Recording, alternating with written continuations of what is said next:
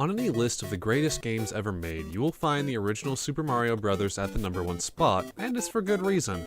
It has fun gameplay, a fairly basic story, and it fit in a relatively poor memory space of the technology of the time. But of course, it's not my place to not overcomplicate and analyze things, so let's really think about what's going on in Super Mario. This game is absolutely insane.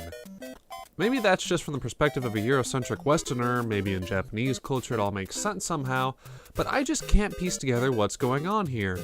Given that Mario is of European descent, being Italian, and he's supposed to be in New York, I don't think it's that out of line to expect this to stick to some more Western principles. The basic premise of many of the Mario games is that Peach has been kidnapped by Bowser, or King Koopa, and his sons, and Mario has to go save her.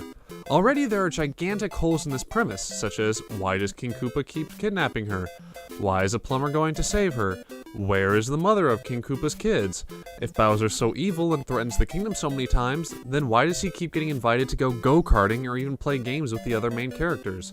Why are mushroom guys like Toad good, but the Goombas are evil? Then there's the other elements of the game, such as kicking turtles out of their shells, getting powers via eating mushrooms, flowers, and leaves, and the fact that the intelligence of the Mushroom Kingdom can't point Mario to the right castle the first time. There are two explanations for this as far as I can tell, and of course I'm going to go with the darker one first. Bowser's constant kidnapping of Peach may seem to be just a singular obsession on the surface, but how does he keep succeeding?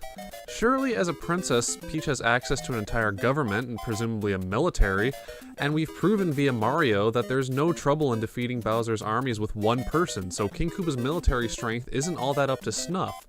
So how does she keep getting kidnapped? Answer: she isn't being kidnapped, Peach wants to go with Bowser.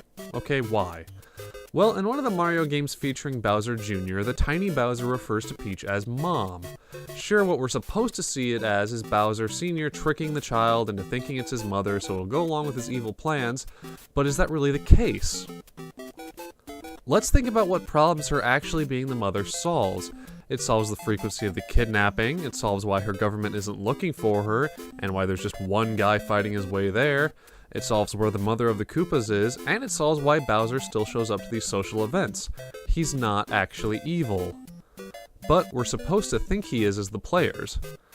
To explain why Mario is going after the princess, we have to view Mario as ourselves. We have to view him as having our worldview. We see the princess is off in the castle with a monstrous creature, and we automatically go into rescue mode. We don't pause, we don't look back, we don't question. We just tear off to wreck everything between ourselves and our misplaced righteousness. Mario may also be high on mushrooms.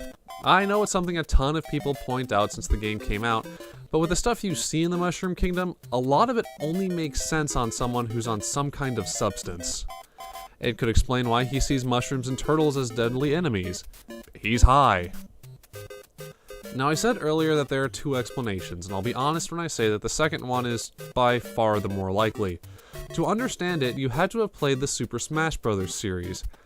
In it, toys of Nintendo characters are brought to life via a force called Master Hand, and it's strongly implied that the whole game takes place with toys in a child's bedroom. What if this concept isn't just limited to Super Smash Bros.? What if Super Mario is a game being played by a child, who's just applying a healthy dose of imagination to the few toys he has laying around and other stuff that just happens to be there? Maybe Mario's an action figure, the mushrooms are just natural fungus growing in his backyard, and maybe his family has a pet turtle that he's put in the role of the villain. Doesn't it seem like something a child would say, picking up a leaf and saying, "This is a magic leaf, it makes Mario fly"? And isn't it a very childlike thing to think that turtle shells are just some kind of housing that you can remove them from? Maybe the Mario toys are all the kid has, or at least they're his favorite playthings, which explains why those characters keep showing up in so many different situations, like sports, medicine, and racing. Sure, the kid likes playing the Save the Princess game, but he plays other games as well, and he uses the same toys to do it. Finally, that explanation just seems like something Nintendo would do, because in the end, that's just what the whole Mario franchise is: toys. It's something created for enjoyment. Maybe it just has an Inception level of depth that we just never took into account until now. There was going to be a clever ending to this video, but I'm afraid it's in another castle.